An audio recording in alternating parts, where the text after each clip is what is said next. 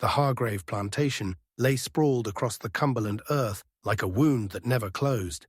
Cotton stretched in pale rows toward the tree line, fields shimmering beneath the furnace of a July sun. Cicadas screamed from the branches, their shrill chorus filling the air like a choir of restless spirits. Dust clung to every surface, clothes, throats, lashes of horses, while the big house stood in arrogant contrast. Its whitewashed columns gleaming, its verandas shaded, as if even architecture could mock the labor that sustained it. Here lived Joseph, 25 years old, yet bearing the scars of centuries, of generations funneled into his bones.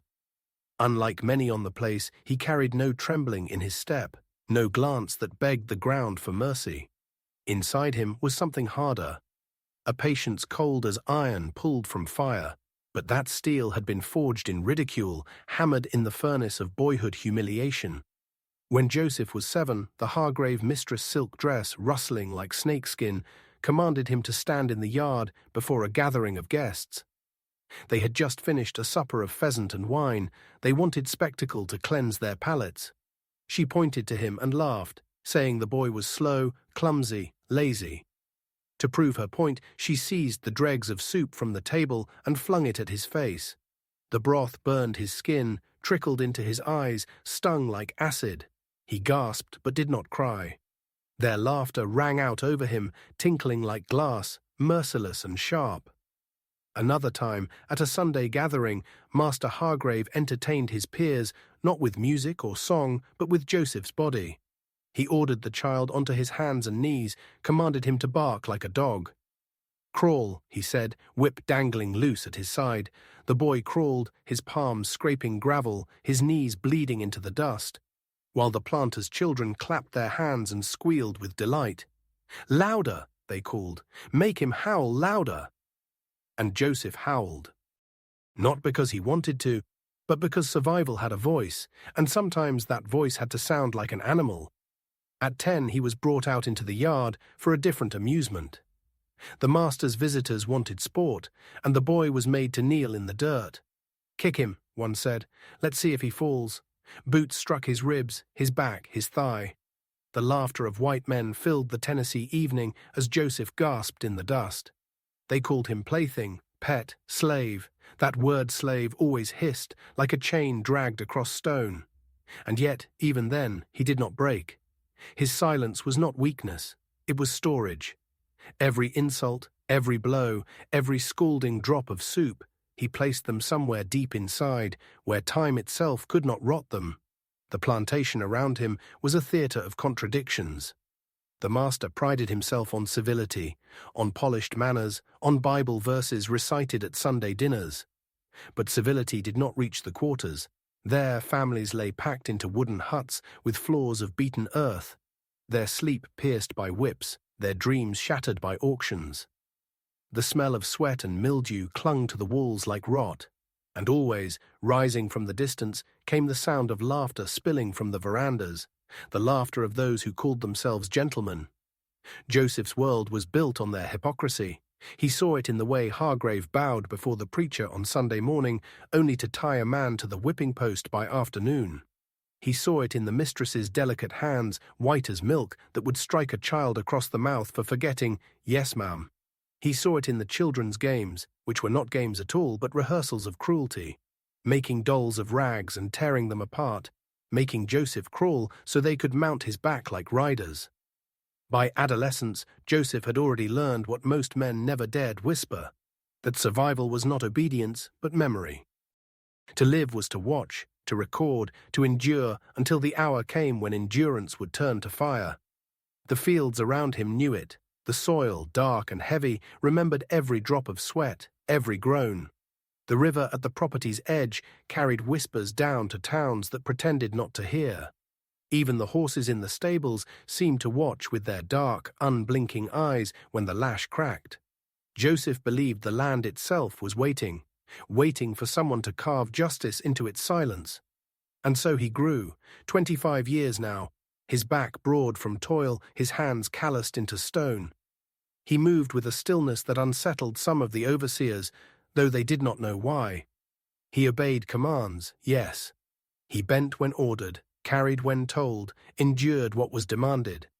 But beneath his bowed head was no submission, only cold patience.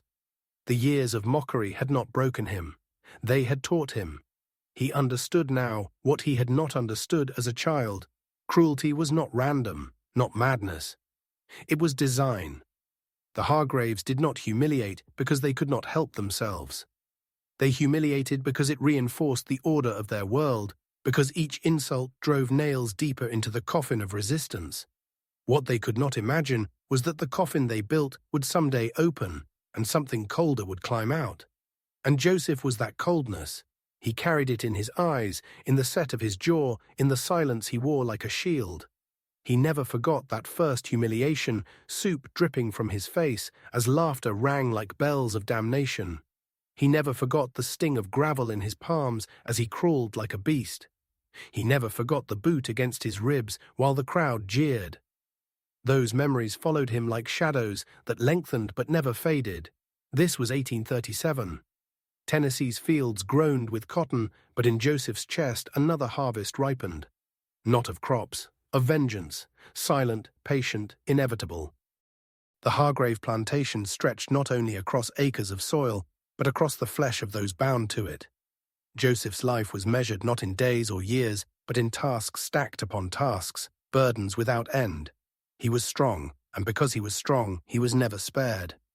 Morning dragged him to the fields, where the sun pressed on his back like a hammer. The overseer's whistle cut the air, and row upon row of cotton became an endless wall to be scaled with bleeding fingers. When others rested at dusk, Joseph did not. He was pushed into the stables, hauling water for horses, brushing their coats until his arms shook.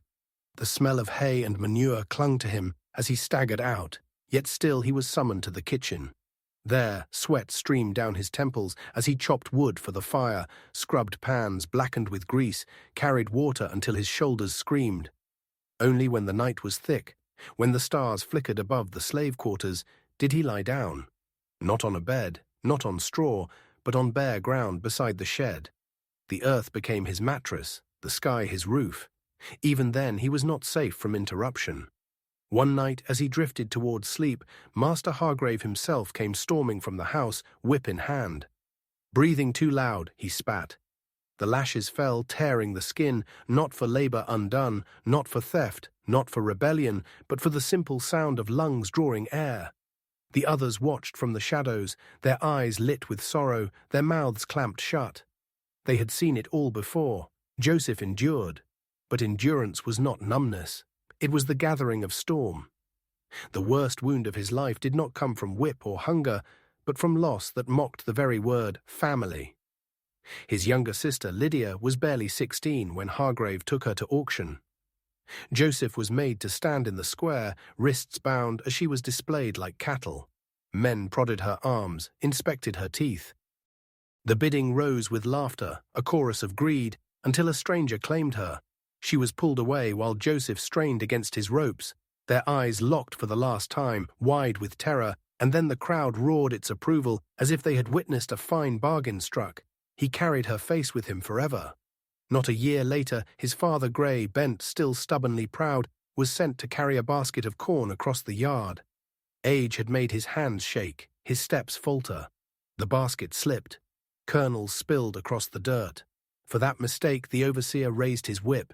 Joseph watched as the old man staggered under the blows, then fell silent, motionless, still clutching the useless basket.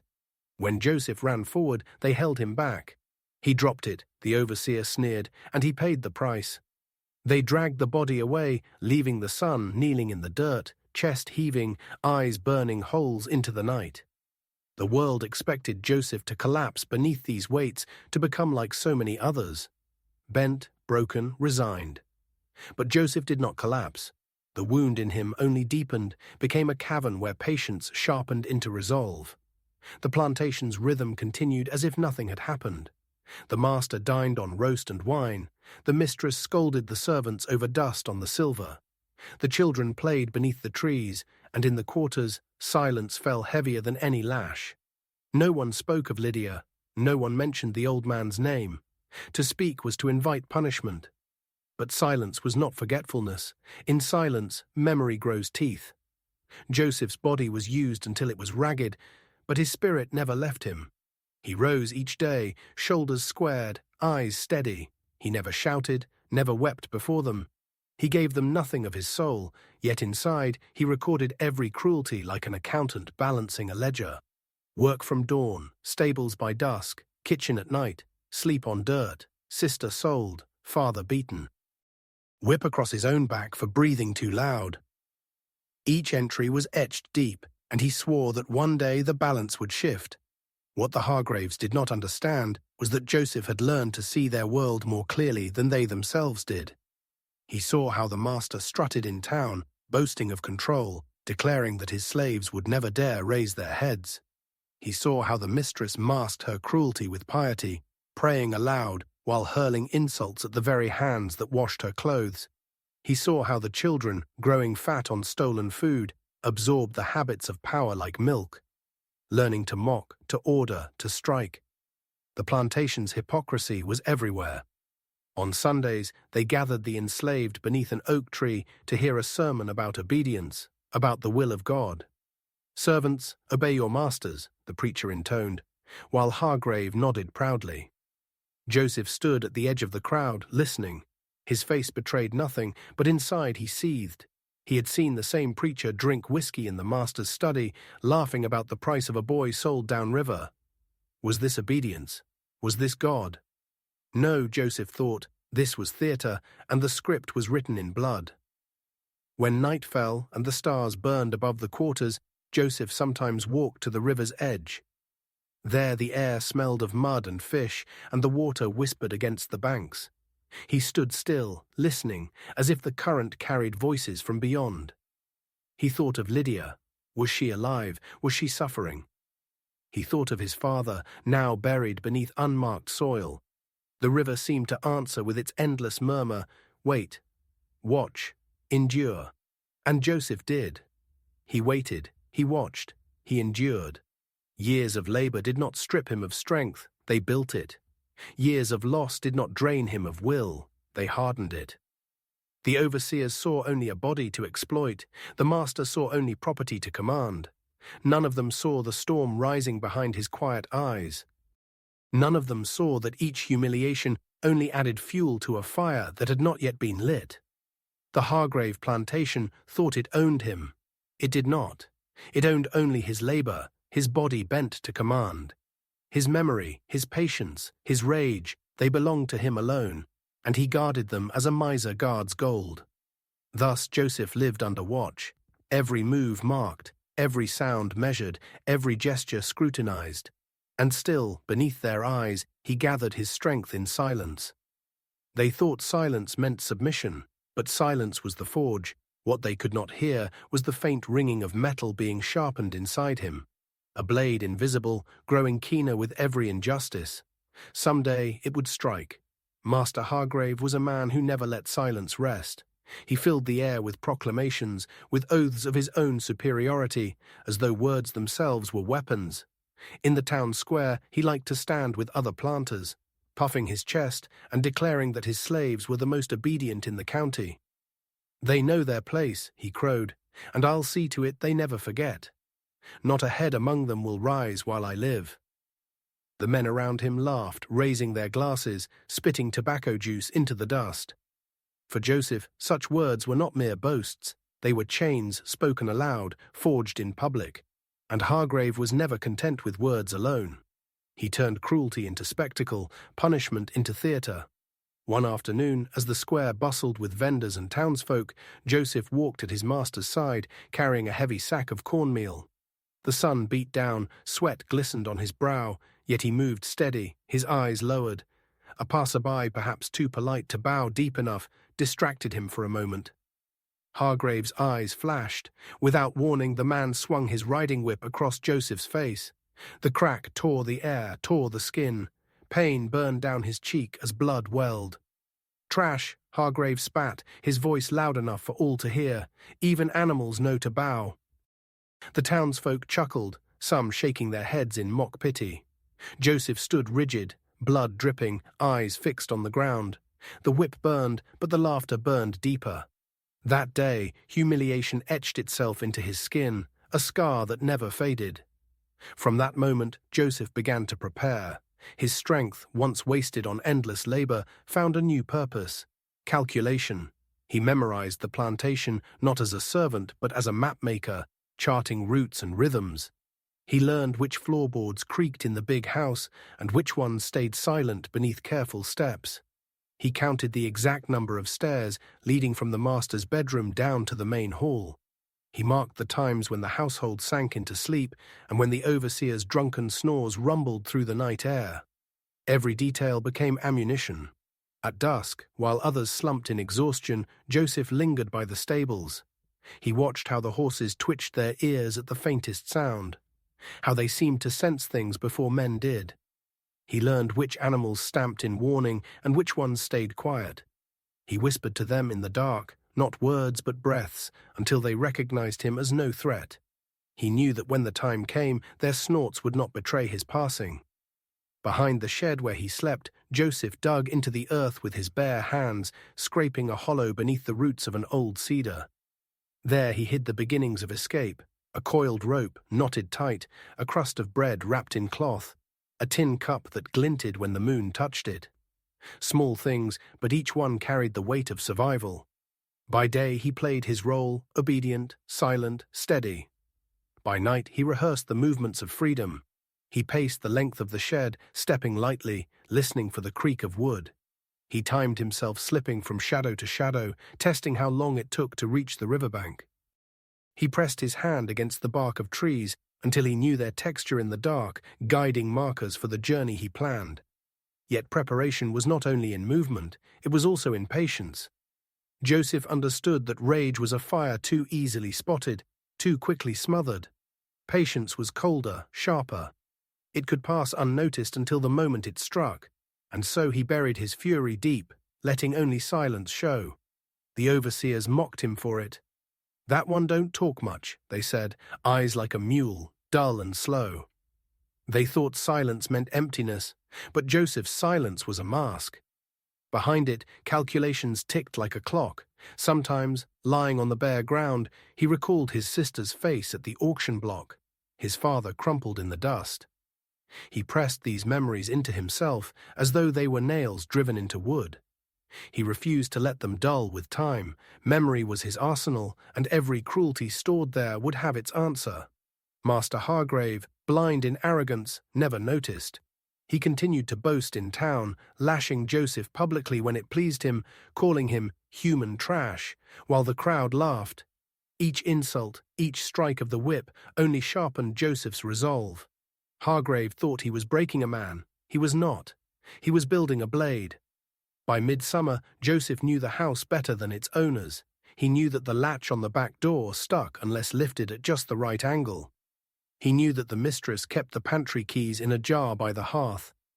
He knew that the master's nightly drink left him senseless, his snores echoing through the hall like a warning bell ignored. Knowledge became weapon, and Joseph carried it silently, like a knife hidden in cloth. Every night he whispered to himself, not prayers, not songs, but rehearsals. 3 steps from the bed to the stairs, 6 stairs before the floorboard creaks, 10 paces to the back door, rope by the cedar, river to the north. Over and over, until the words became muscle, until his body could walk the path in darkness without thought. The others in the quarters noticed a change. He spoke less. He smiled never. His eyes were distant, as if fixed on something they could not see. Some thought grief had hollowed him out, left him a shell. They did not know he was filling that hollow with purpose. And so Joseph lived under insult and boast, under lash and laughter, preparing in silence. Each day he bent beneath labor, but each night he straightened in secret. Hargrave called him property. The crowd called him trash. But Joseph carried a truth they could not hear. He was more than property, more than insult, more than silence. He was preparation, and preparation, once complete, waits only for its moment. The summer of 1837 lay heavy across Tennessee, a furnace that never cooled. Day after day the sun pressed its weight upon the Hargrave plantation, baking the soil, blistering the hands that plucked its wealth. Nights brought little relief, only a damp heat that clung to the skin, turning every breath into labor. But on one July evening, the air shifted. The wind softened, the cicadas fell quiet, and the night carried with it the sense of something waiting. Joseph felt it before he saw it. He rose from his pallet of dirt beside the shed, his body stiff from labor, his hands raw from rope and plow. The quarters were silent, save for the faint groans of the weary and the whimper of a child lost in uneasy dreams. Above, the moon swam in and out of clouds, its light silvering the edges of the cotton rows. The plantation, so often noisy with command and suffering, seemed to hold its breath. Inside the big house, Master Hargrave drank. The windows glowed faintly with lamplight, and through them Joseph glimpsed shadows swaying, gestures blurred by liquor. The master's voice, once thunderous, now slurred, tumbling into incoherent fragments of song and curse. At last the house darkened. A single window on the upper floor remained lit. The master's chamber. Joseph moved. He entered the kitchen first, steps light as smoke. The air smelled of cold ash and iron pots, of meat grease congealed in pans. His hand closed around a knife lying on the table, blade still damp from the evening meal. It was no sword, no weapon of glory, just a cook's knife, common, sharp, enough. He tucked it close, the handle pressing into the sweat of his palm. The hallway stretched before him, wood groaning faintly beneath his weight. He knew every board, every creak, every betraying sound. His breath was steady, measured, as though he had walked this path in dreams 100 times. And he had. At the stairwell, he paused. The banister gleamed faintly in the moonlight, spilling through a high window. He counted, lips moving without sound. 1, 2, 3, 6 stairs before the floor would groan. He stepped precisely, his footfalls silent as falling dust. At the door of the master's chamber, he listened. Inside, the sound of a glass tipping against wood, a low groan, the shifting of a man sunk deep in drink. Joseph pressed the latch, eased the door open. The hinges gave the faintest sigh, but the man within did not stir. Master Hargrave sprawled across the bed, boots still on, coat thrown aside. His face glistened with sweat, his mouth slack. One arm dangled over the edge, fingers still wrapped around the stem of an empty glass. The smell of whiskey filled the room, sharp and bitter.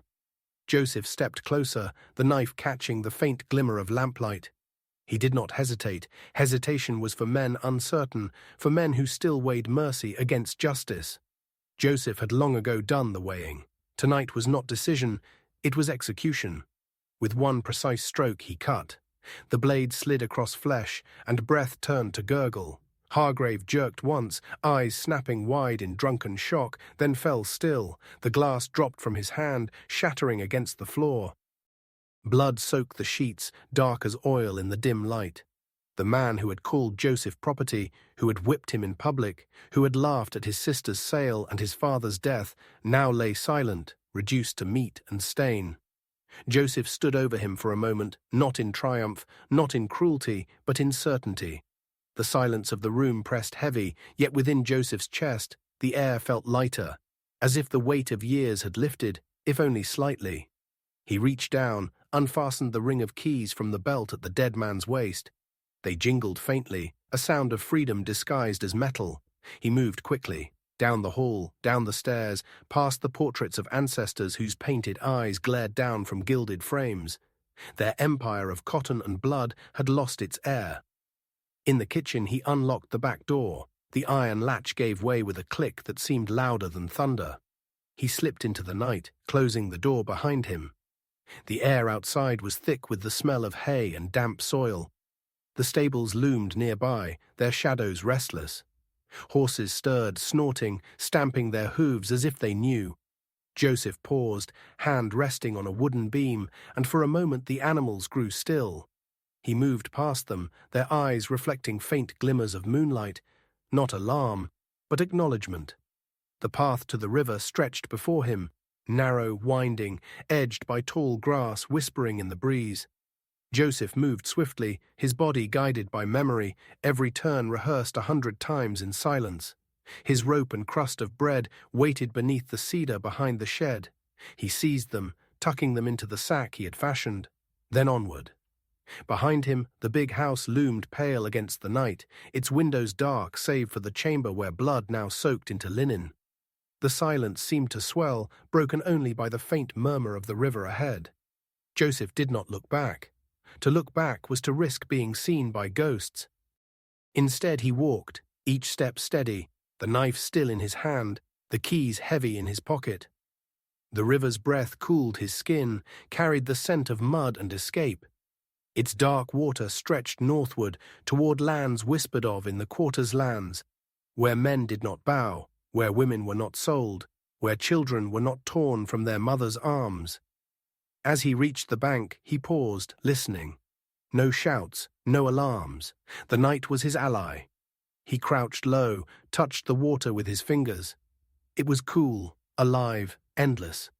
He stepped into it, the current pulling at his legs, and waded across, the moon glinting faintly on the surface. Each stride carried him further from the fields of humiliation, closer to the unknown. Behind him, the Hargrave plantation slept in ignorance. In a few hours, dawn would rise, and with it discovery. They would find the body. They would shout of murder, of savagery. They would curse the name Joseph and send riders to hunt him. But Joseph did not fear them now. He had already crossed a greater threshold than the river. He had crossed from silence into action, from patience into reckoning. The man who had once been called property was now only himself alone, hunted, but free in a way the master could never comprehend. The horses stamped once more as if to mark the moment. The wind shifted, carrying away the scent of blood, carrying Joseph northward. He did not stop. He did not turn. He moved as though the night itself had claimed him, and so began his road, not safe, not certain, but his. Dawn cracked over Tennessee like a blade. In the Hargrave house, the maid who entered with a basin found silence first, then the smell metal and whiskey, and then the bed, sheets blackening, jaw slack, eyes that finally looked like any man's. She ran. The overseer came, then the mistress, then the neighbors with their pistols and prayers. Keys were missing. The back door was unlatched. The kitchen knife was gone. Joseph's pallet stood empty by the shed, a hollow in the dirt like a footprint the earth itself refused to fill. By noon the road shook with hooves, riders fanned into woods and bottoms, shouting orders at leaves. Dogs were brought to the riverbank, noses low, tails uncertain.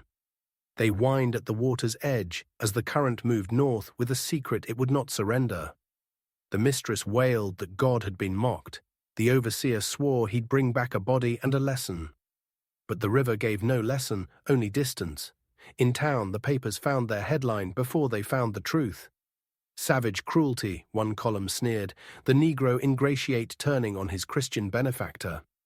They printed Hargrave as a pillar, a man of order and enterprise. They printed Joseph as a monster from the quarters, a shadow with a blade. None printed the soup thrown in a child's face, or the boots that once met a kneeling boy's ribs, or a father dying for the spill of corn. None printed Lydia's sail, laughter ringing like coins. The ink did what it always did. It washed the blood of cause and left only the stain of effect. Yet in the quarters of 100 plantations, a different ink was used, the kind that writes in breath and memory. There the story moved from mouth to mouth, the way food moves down a famine line shared, cherished, made larger not by lies, but by need. Men sitting on thresholds spoke softly. He cut only once. He didn't tremble. He took the keys and walked. Women bent over kettles added the rest. He slipped past the stables and the horses didn't cry out. He reached the river and didn't look back. The river took him like a brother. Children heard Joseph's name as warning and as promise. "Don't you raise your voice in the big house," their elders said, and then, "Softer raise it when the time is right." Some nights a song travelled through the rows, low as a hum, carrying nothing a patrol could charge, yet carrying everything that matters. A name, a verb, a direction. Joseph wasn't a ghost, he was a verb. To Joseph meant to measure, to wait, to strike, and to leave. The riders searched 4 days. They found broken reeds, a crust of bread in a damp cloth, a boot print that might have been yesterday's or last year's. On the fifth day, the dogs refused a command and lay panting with their tongues in the river. By then, the story had already slipped ahead of them, north along waterways and wagon tracks, up through tobacco country, into the throat of cities where free men moved with eyes that watched for chains in daylight and for stars at night. At Hargrave's funeral, the preacher said the world was trembling under the hoof of rebellion. He warned masters to check their locks, to keep a closer watch on knives and keys, and sleep. He did not say, keep a closer watch on your cruelty. In a back pew, a stable boy from another place lowered his eyes and counted the breaths between the preacher's sentences. He would later count floorboards. Years later, travelers told of a quiet man who worked a ferry in Ohio, broad-shouldered, scar across the cheek like a thin white riverbed. He spoke little, carried sacks as if they weighed nothing, stared long at the water when no one needed crossing. They never learned his name. They did not have to. Newspapers kept their verdict, but memory kept its own. In whispers, Joseph became not a caution against trust, but a compass for dignity. Not a monster, not a saint, but the proof that a man could stand up, could answer the arithmetic of injury with a single exacting sum. He did not set the world free. He set himself moving, and because he moved, others measured their cages. The river remembers, the horses remember, the blade remembers. So do we.